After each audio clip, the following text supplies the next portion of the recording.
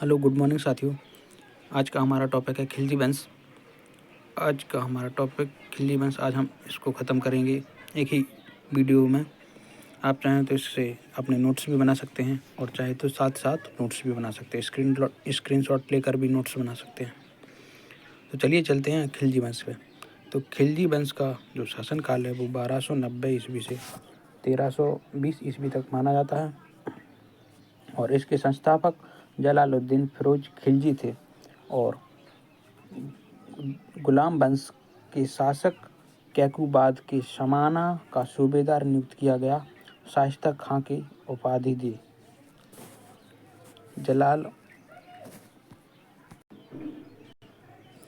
अब बात करते हैं शर-ए-जहांदार के पद पर कैकूबाद ने नियुक्त किया इसको।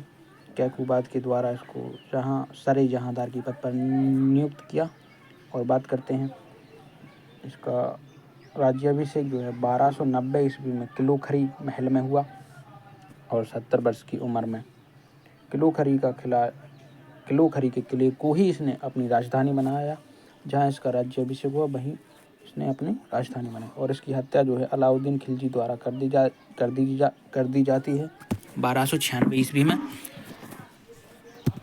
और अब यहाँ से आता है अलाउद्दीन खिलजी का शासनकाल जो है वो 1296 से 1316 ईस्वी तक माना जाता है। अलाउद्दीन खिलजी का मूल नाम की बात करें तो इसका मूल नाम अली गुरशाप था और अलाउद्दीन खिलजी का राज्याभिषेक बलबन के लाल महल में हुआ। और अलाउद्दीन खिलजी की उपाधि की बात करते हैं तो इसने कौन कौन सी उपाधि धारण कर रखी थी, तो इसने सिकंदर-ए-शानी की उपाधि धारण कर रखी थी। अब बात करते हैं इसके द्वारा किए गए कुछ काम। तो इसने सेना को नगद वेतन देना प्रारंभ किया और बाजार नियंत्रण प्रणाली चालू करी और स्थानीय सेना रखना स्टार्ट कर दिया इसने।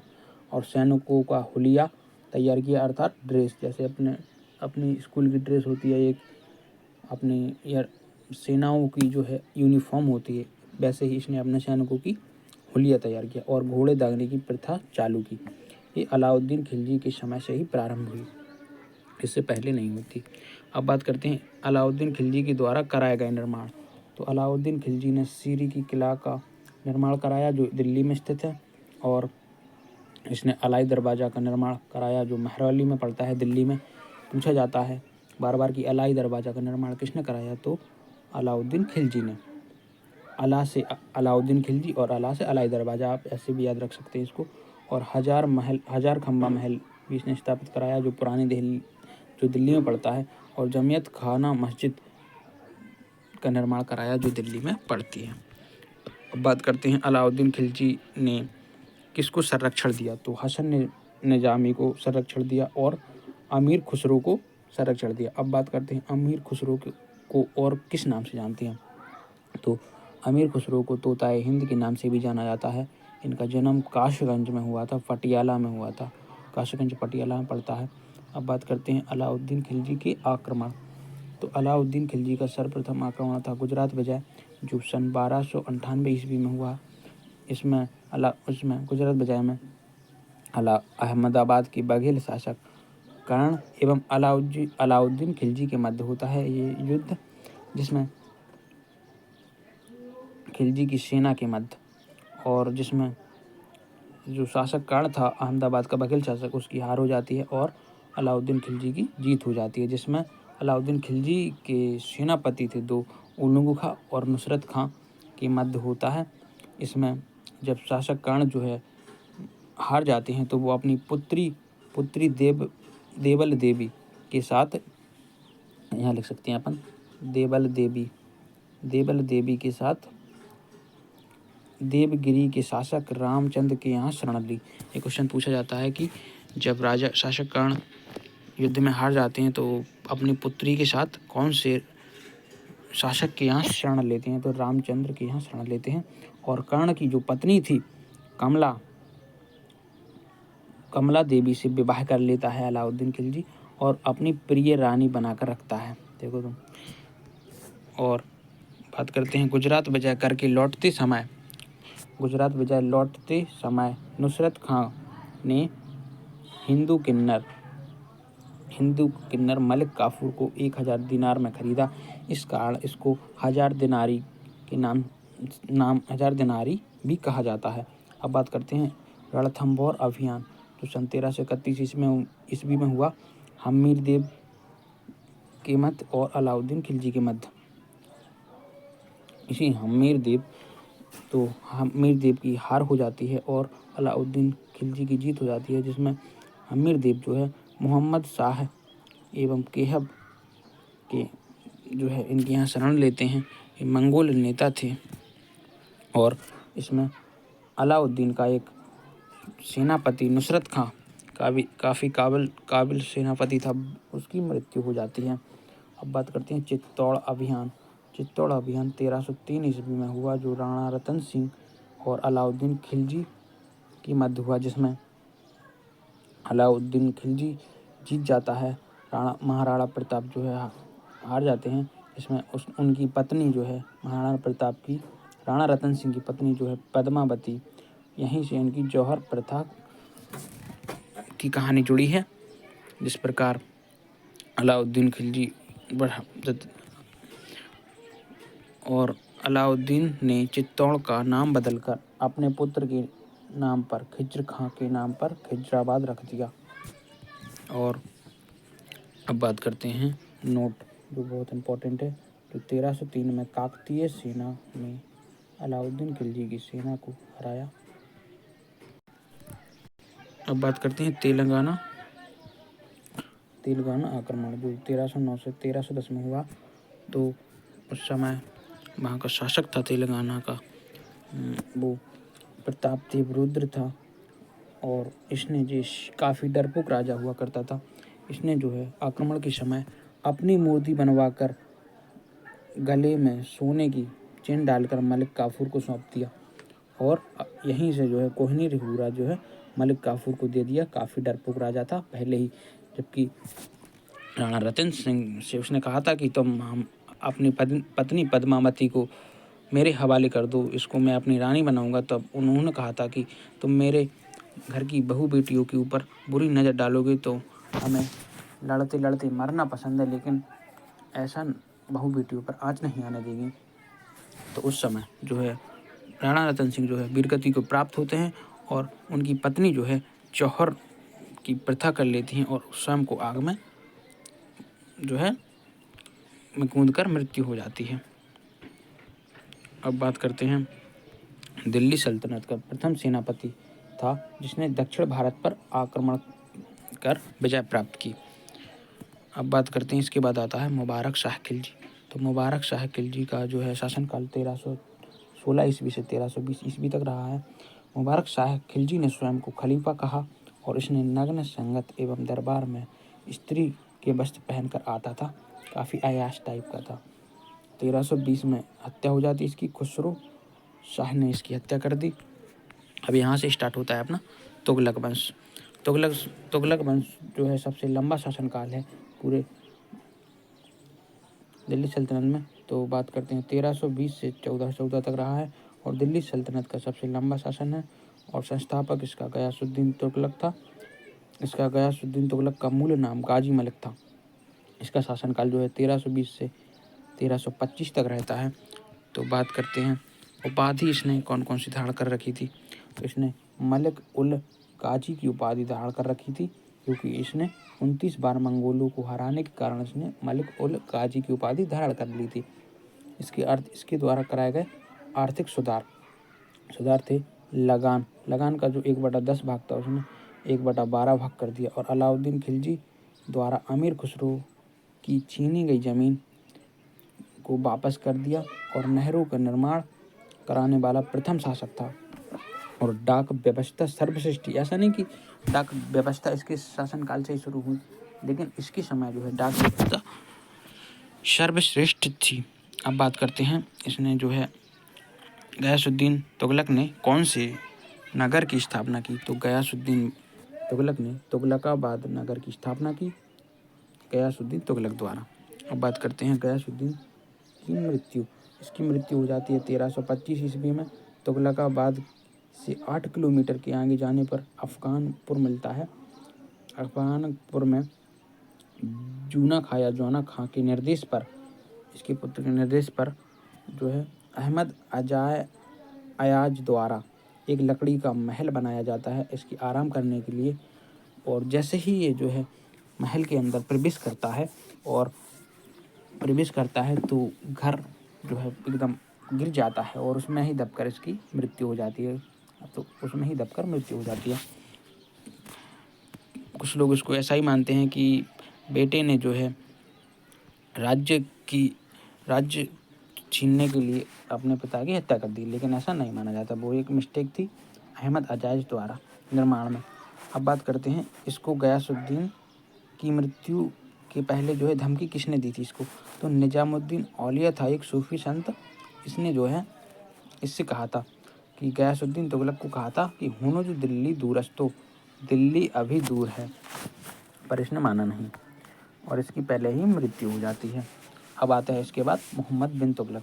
मोहम्मद बिन तुगलक को हम MBT के नाम से भी लिख सकते हैं, मोहम्मद बिन तुगलक। इसका शासनकाल रहा है 1325 ईस्वी से 1351 ईस्वी तक। जूना खां उसका पुत्र था, उसी ने अपने जो है मोहम्मद बिन तुगलक के नाम से गद्दी में बैठा। इसी का नाम जो है मोहम्मद बिन तुगलक था। इसका मूल नाम पहले जूना खां या जौना खां था, फिर इसका मूल नाम था उलूग खां। अब बात करते हैं मोहम्मद बिन तुगलक को जो है दुनिया का खान कहा जाता है। ये कौन से अभिलेख में हमको मिलता है, तो राजमुंद्री अभिलेख में हमको पता चलता है कि मोहम्मद बिन तुगलक को दुनिया का खान कहा गया। और मोहम्मद बिन तुगलक को जो है पागल, रक्त पिपासु, असफलताओं का बादशाह के नाम से भी जाना जाता है, क्योंकि इसने बहुत जो है प्रशासन चलाए और लेकिन इसके असफल रहे। तो MTV ने उलेमा वर्ग का न्यायिक अधिकार समाप्त कर दिया। इसने योग्यताओं के आधार पर सैनिकों की भर्ती प्रारंभ की, अर्थात ये नहीं होगा कि राजा का बेटा ही राजा होगा, यानी वंशानुगत राज इसने खत्म कर दिया। योग्यता के आधार पर सैनिकों की भर्ती चालू कर दी। और फिर बात करते हैं इसने दूसरी जो है दोआब क्षेत्र में कर में वृद्धि की, जिसमें इसने कृषि के विकास के लिए आमिर-ए-कोही जो है बनाया विभाग, जिसमें सूखा पड़ने पर अधिकारियों ने जबरन टैक्स लिया गया। इसका जो है ये भी असफल हो जाती है। दूसरी इसने राजधानी परिवर्तित की। राजधानी जो है इसने देवगिरी को अपनी राजधानी बनाया और देवगिरी को हम कुब्बत उल इस्लाम के नाम से भी जानते हैं।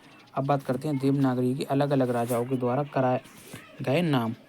तो देवगिरी को ही जो है कुतुबाबाद कहा था किस शासक ने, तो मुबारक शाह खिलजी ने देवगिरी का नाम ही कुतुबाबाद कहा था। और मोहम्मद बिन तुगलक द्वारा देवगिरी को दौलताबाद नाम से पुकारा गया। और 1335 ईस्वी में मोहम्मद बिन तुगलक ने लोगों को पुनः वापस दिल्ली बुला लिया। इस कारण इसकी ये योजना भी असफल हो जाती है।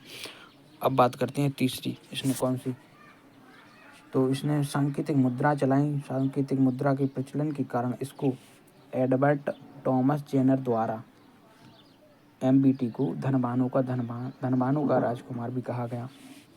अच्छा, इसने सांकेतिक मुद्रा चलाने की जो प्रेरणा थी वो कहाँ से ली, तो चीन के शासक हुआ करते थे कुबलाई खां, इनसे ली, और ईरान के शासक गजनफर से जो है सांकेतिक मुद्रा की प्रेरणा ली, लेकिन ये भी असफल हो गई। और अंत में इसने सिक्के चलाए, तांबे और पीतल के बने थे, जिनका मूल्य चांदी की टंका के बराबर था। अब बात करते हैं इसके द्वारा कराए गए अभियान। इसने कौन कौन से अभियान किया, तो इसने खुरासान अभियान चलाया, जिसमें मोहम्मद बिन तुगलक ने 3,70,000 सैनिकों को अग्रिम वेतन दे दिया, क्योंकि समझौता हो गया था, उस पर अग्रिम वेतन दे दिया था, जिस कारण युद्ध नहीं हुआ, इसलिए इसके वेतन भी चला गया। अब बात करते हैं कराचल अभियान। तो मोहम्मद बिन तुगलक ने खुसरो मलिक के नेतृत्व में एक विशाल सेना पहाड़ी राज्यों को जीतने के लिए भेजी थी, लेकिन जंगल में भटक जाने के कारण मात्र 3 अधिकारी ही वापस आए। इस कारण इसका ये अभियान, कराचल अभियान भी जो है विफल हो जाता है। अब बात करते हैं फैक्ट की बात। तो मोहम्मद बिन तुगलक ने जैन विद्वान जिन सूरी को दरबार में बुलाकर सम्मानित किया। मोहम्मद बिन तुगलक ने जो है दिल्ली सल्तनत का प्रथम सुल्तान था जिसने हिंदुओं के त्योहारों में भाग लिया, जैसे कि होली, दिवाली में भाग लिया। और मोहम्मद बिन तुगलक ने दिल्ली के सूफी संत शेख शिहाबुद्दीन को दीवाने मुख्तक का पद दिया। और मोहम्मद बिन तुगलक ने शेख मुइजुद्दीन को गुजरात का गवर्नर बनाया। ये पॉइंट मान लीजिए आप, बहुत इंपॉर्टेंट है। आप अगर इन फैक्ट को याद कर लेते हैं तो। अब बात करते हैं इसकी मृत्यु। तो मृत्यु इसकी 20 मार्च 1351 में भट्टा के निकट गोंडाल में हो जाती है। और MBT की मृत्यु पर ये पूछा जाता है कि किसने जो है मोहम्मद बिन तुगलक की मृत्यु पर ये कहा था कि अंततः प्रजा को राजा से और राजा को प्रजा से मुक्ति मिल गई। तो बदायूं ने लिखा है। अब बात करते हैं मोहम्मद बिन तुगलक के दरबार में एक यात्री आया था, अफ्रीकी यात्री था जो मोरक्को का, उसका नाम था इब्न बतूता। इसका जन्म हुआ था 24 फरवरी 1304 ईस्वी में मोरक्को के तांजियार में। ये भारत आया जो है 1333 ईस्वी में। इसने दिल्ली का प्रधान काजी नियुक्त किया इब्न बतूता को, और 1342 में मोहम्मद बिन तुगलक द्वारा राजदूत बनाकर चीन भेज दिया। अपना राजदूत बनाकर चीन भेज दिया। अब आता है यहाँ से फिरोज शाह तुगलक। तो फिरोज शाह तुगलक की बात करते हैं। तो फिरोज शाह तुगलक का जो है इसका शासनकाल जो है 1351 से 1388 ईस्वी तक रहा है। और इसने अपना जो है, इसके पिता का नाम जो है रजब था, जो MBT के चचेरे भाई एवं सिपाही सलाहकार था। और इसकी माता का नाम बीबी नैला था और राजपूत सरदार रणमल की पुत्री था, इसलिए ये इम्पोर्टेंट हो जाता है इसका नाम। और फिरोज शाह तुगलक ने अपना 2 बार राज्याभिषेक कराया। पहला राज्याभिषेक इसने अपना फर्स्ट अभिषेक कराया 20 मार्च 1351 को ठट्टा में, और दूसरा राज्याभिषेक कराया अगस्त 1351 में दिल्ली में। इसने अपना 2 बार जो है राज्य अभिषेक करवाया। अब बात करते हैं इसको, हम फिरोज शाह तुगलक को FST भी लिख सकते हैं। फिरोज, F से फिरोज, S से शाह, T से तुगलक। इस जो है 1360 ईस्वी में उड़ीसा के जाजनगर के शासक भानुदेव तृतीय पर आक्रमण किया और पुरी के जगन्नाथ मंदिर को नष्ट किया। तो क्वेश्चन बनता है कि पुरी के जगन्नाथ मंदिर को किसने नष्ट किया? तो फिरोज शाह तुगलक द्वारा। अब बात करते हैं फिरोज शाह तुगलक ने जो है 24 कष्टदायक करों को समाप्त कर दिया। इसमें से 4 मात्र टैक्स ही लगाए इसने। मुख्य टैक्स थे खुम्मस अर्थात युद्ध से लूटा गया माल जो है, और खरोज जिस मतलब लगान लिया, और जजिया और जकात इसने जो है लगाया टैक्स। 4 ही टैक्स लगाए और 24 कष्टदायक करों को नष्ट कर दिया। और इसने एक नया सिंचाई विभाग भी बनाया जिसको सर्व कहा जाता था। ब्राह्मणों पर जजिया कर लगाया इसने। अनाथ एवं विधवा मुस्लिम महिलाओं के लिए दीवान ए खैरात नामक नया विभाग बनाया। और FST के शासनकाल में सबसे ज़्यादा दासों की संख्या थी, इसलिए इसकी देखरेख के लिए इसने एक विभाग बनाया जिसका नाम था दीवाने बदगान विभाग बनाया, क्योंकि इसके शासनकाल में सर्वाधिक जो है विभाग की सेना थी, इसलिए इसने विभाग बनाया। और इसने जो है सैनिकों के पद को वंशानुगत बनाया, अर्थात राजा का बेटा राजा ही होगा, योग्यता के आधार पर नहीं। और बात करते हैं FST ने 300 नगरों की स्थापना की थी। इसमें से प्रमुख जो है नगर की बात करते हैं तो जिसमें आता है अपना हिसार जिला, हिसार, फतेहाबाद, जौनपुर। और जौनपुर की बात करें तो जौनपुर जो है शहर, इसने मोहम्मद बिन तुगलक की याद में बनाया था। और फिरोजपुर, और सबसे प्रिय नगर था इसका फिरोजाबाद